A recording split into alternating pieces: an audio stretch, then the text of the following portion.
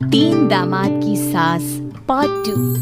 अब तक आपने सुना कि कावेरी जी अपनी तीनों बेटियों ईशा, मोहिनी और सुहाना की शादी तीन घर जमाई लड़कों के साथ करवा देती है। उन्हें लगता है कि ये लड़के शायद घर का कामकाज संभाल लेंगे, लेकिन उनके तीनों घर जमाई बहुत आलसी थे। वो नौकरी भी नहीं करते थे और बाहर का काम भी नहीं। कावेरी जी ने अपनी बेटियों से कहा कि वो प्रेगनेंसी का बहाना बनाकर अपने पतियों को सबक सिखाए। अब सुनिए आगे। मम्मी, आपने जैसा कहा था हमने वैसा ही किया, लेकिन देखिए ना, विवेक का हाल तो वैसा का वैसा ही है। घर में ना सुबह का नाश्ता बनता है और ना खाना। नौकरी पर जाने की बात करूं तो खाने को दौड़ते हैं मुझे। हाँ मम्मी, मैंने भी सुमित को कितनी बार कहा कि अगर नौकरी नहीं करनी तो कोई छोटी सी दुकान ही खोल लो, घर का खर्चा कैसे चलेगा। देखो दोपहर के 12 बजने आए और जिनाब अभी तक सो रहे हैं। हाँ मम्मी, ईशा और सुहाना ठीक कहती हैं। अविनाश का भी यही हाल है। जब मैंने अपनी प्रेगनेंसी के बारे में कहा तो मुझसे कहने लगा, अरे दूसरी लड़कियां तो 9-9 महीने तक नौकरी करती है, बस डिलीवरी के टाइम छुट्टी लेती है। मोहिनी, तुम भी नौकरी करो। अब मुझे कहाँ नौकरी मिलेगी। मम्मी बताओ अब मैं क्या करूँ। हे भगवान, क्या सोचकर घर जमाई दामाद लाई थी मैं कि मेरी बेटियां मेरे पास रहेंगी और खुश रहेंगी, लेकिन इन आलसी दामादों ने तो हमारी जिंदगी को भी प्रॉब्लम में डाल दिया है। मैं तो कहती हूँ मम्मी, हम लोग वापस अपनी जॉब पर जाना शुरू कर देते हैं। बता देते हैं इन लोगों को कि हमने प्रेगनेंसी का बहाना किया है। नहीं नहीं बेटा, ऐसी गलती भी मत करना। अगर तुमने ऐसा किया तो इन तीनों की आदत और खराब हो जाएगी। अरे आज नहीं तो कल कभी तो तुम प्रेग्नेंट होगी, तब वापस यही प्रॉब्लम आएगी। तब क्या करोगी तुम तीनों? हाँ मम्मी, आपकी बात तो बिल्कुल सही है। इन लोगों को तो सुधारना ही पड़ेगा। लेकिन कैसे? अपने बच्चों के आने की खबर सुनकर भी इन लोगों पर कोई असर नहीं हो रहा। पैसे कमाने के लिए घर से बाहर निकलना ही नहीं चाहते ये तीनों। अब मेरे दिमाग में एक प्लान आया है। तुम तीनों चिंता मत करो, उन तीनों को बुलाओ, फिर मैं बात करती हूँ। थोड़ी देर बाद कावेरी जी अपने तीनों दामादों को सामने बुलाकर अपनी बात कहना शुरू करती हैं। अविनाश, सुमित और विवेक, देखो बेटा, मैं ना तुम तीनों से बड़ा प्यार करती हूँ, इसीलिए तो तुम्हें घर जमाई बना कर रखा है मैंने। अरे मम्मी जी, सीधे सीधे कहिए ना, क्या बात है। प्यार तो हम भी आपको बहुत करते हैं। अरे मम्मी जी, आपकी इज्जत भी बहुत करते हैं। अरे भाई, आपके जैसी सास और कमाने वाली बीवी सबको मिलती है क्या? हाँ मम्मी, विवेक और सुमित ठीक कह रहे हैं। आपकी बेटी से शादी करके मेरी तो जिंदगी ही अच्छी हो गई है। जानती हूँ मैं, और ये भी जानती हूँ कि तुम तीनों अपने अपनी बीवियों से बहुत प्यार करते हो। बेटा, बात ऐसी है कि हमारे कुल गुरु ने कहा है कि प्रेग्नेंट होने के बाद मेरी तीनों बेटियां शुरू के 4 महीने हमारे गांव में जाकर रहेगी, जहां मेरे चाचा जी रहते हैं। अरे लेकिन क्यों मम्मी, गांव में जाकर रहने की क्या जरूरत है इन तीनों को? वो क्या है ना बेटा, हमारे परिवार को एक श्राप है। अगर मेरी बेटियों ने यहाँ पर बच्चा पैदा करने की कोशिश की तो उनके बच्चों को कुछ भी हो सकता है। इसलिए अब से लेकर 4 महीने पूरे होने तक इन्हें गांव वाले घर में रहना पड़ेगा। हाँ तो इसमें प्रॉब्लम क्या है मम्मी जी? हम भी वहाँ जाकर रहेंगे, पिकनिक बनाएंगे। अरे भाई, बीवी जहाँ हम भी वहाँ। हाँ यार, आइडिया तो बहुत अच्छा है। शहर की जिंदगी में रह रहकर परेशान हो चुके हैं, अब कुछ दिन गांव में बिताएंगे। तुम लोग समझने की कोशिश क्यों नहीं करते? तुम में से कोई भी वहां नहीं जा सकता, और मैं यहाँ रहूंगी ना तुम तीनों के साथ।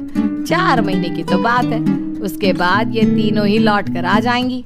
ठीक है मम्मी जी, अब हमारे बच्चों का सवाल है तो ये तो करना ही पड़ेगा। कावेरी अपनी तीनों बेटियों को कुछ दिन के लिए घर से बाहर कहीं दूसरे शहर में रहने के लिए भेज देती है। कुछ दिनों के बाद, अरे मम्मी जी, बहुत दिन से पिज्जा नहीं खाया, मंगवाइए ना। क्या बताऊं बेटा, पहले तो बेटियां खर्चा दे देती थी क्योंकि उनकी नौकरी थी, लेकिन अब तो मेरे पास पैसे ही नहीं बचे।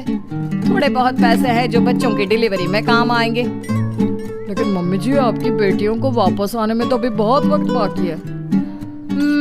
वही सोच सोच कर परेशान हो रही हूँ। सोच रही हूँ कल से दूध भी बंद करवा देती हूँ। अब दूध वाले को देने के लिए पैसे भी तो नहीं है ना। अरे नहीं मम्मी जी, अगर दूध भी बंद करवा दोगी तो मुझे चाय कहाँ से मिलेगी? और चाय के बिना मैं तो मर ही जाऊंगा। क्या करूं बेटा, इसके अलावा हमारे पास कोई ऑप्शन नहीं है। मेरे पास पैसे ही नहीं बचे। इस तरह कावेरी जी धीरे धीरे अपने तीनों दामादों को पैसे देना बंद कर देती हैं और घर में खाने पीने की चीजें लाना भी बंद कर देती है। अब वो तीनों बुरी तरह से परेशान होने लगे थे और इसलिए एक दिन तीनों प्लान करके घर से बाहर निकलते हैं और बाजार में जाने के बाद यार अच्छा खाना खाए हुए कितने दिन हो गए, पता नहीं कब अच्छा खाना मिलेगा। हमारी बीवियों के जाने के बाद तो हमारी हालत भिखारियों जैसी हो गई है यार। कुछ भी हो, मुझे तो आज पिज्जा खाना ही खाना है। जेब में 1 रुपया नहीं और पिज्जा खाएगा, कहाँ से आएंगे पैसे? अरे देख वहाँ सामने बोर्ड पर क्या लिखा हुआ है, कंप्यूटर पर काम करने के लिए एक आदमी की आवश्यकता है। भाई मैं तो जा रहा हूँ, काम करूँगा और शाम तक पैसे लाकर आराम से पिज्जा खाऊंगा। जा जा, तुझे कोई काम नहीं देने वाला, हम तो घर जा रहे हैं। चल भाई सुमित।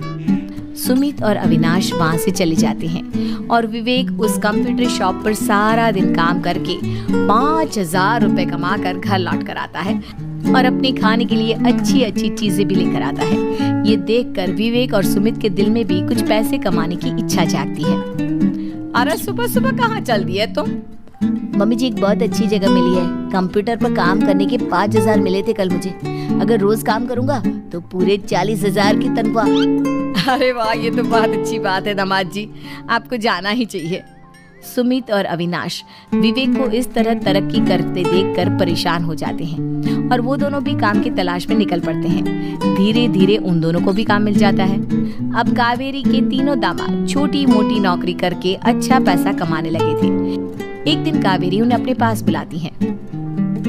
अरे वाह, विवेक 40,000 कमा लेता है, अविनाश 60,000 और सुमित तुम भी 40,000 के आसपास कमा ही लेते हो।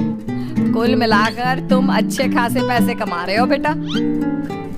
हाँ मम्मी जी, बहुत मजा आता है जब महीने के एंड में मोटी रकम हाथ में आती है। पूछिए मत मम्मी जी, घर में रहकर रोटी बना बना कर और तो जैसा महसूस होने लगा था मुझे तो। हाँ बेटा, तुम तीनों की बात तो बिल्कुल ठीक है। और जानते हो, अब तुम तीनों की पत्नियां भी वापस लौट कर आने वाली है। लेकिन मम्मी जी अभी तो उन्हें गए सिर्फ 2 महीने हुए हैं, आपने तो कहा था वो 4 महीने के बाद लौट कर आएंगी। ऐसा कुछ नहीं है बेटा, मैं सिर्फ तुम तीनों को सबक सिखाना चाहती थी कि आदमी घर में बैठकर बीवी की कमाई खाता हुआ अच्छा नहीं लगता। इस दुनिया में हर इंसान को मेहनत करनी चाहिए, काम करना चाहिए, चाहे वो औरत हो या आदमी, ताकि अपने परिवार को संभाल सके। कावेरी की बात सुनकर उन तीनों को अपनी गलती का एहसास होता है और कावेरी उन्हें सच बता देती है कि ईशा, सुहाना और मोहिनी शहर में ही कहीं दूसरी जगह रह रहे थे। शाम के वक्त उन तीनों की पत्नियां लौट कर आ जाती है और कावेरी जी का परिवार एक खुशहाल परिवार की तरह रहने लगता है।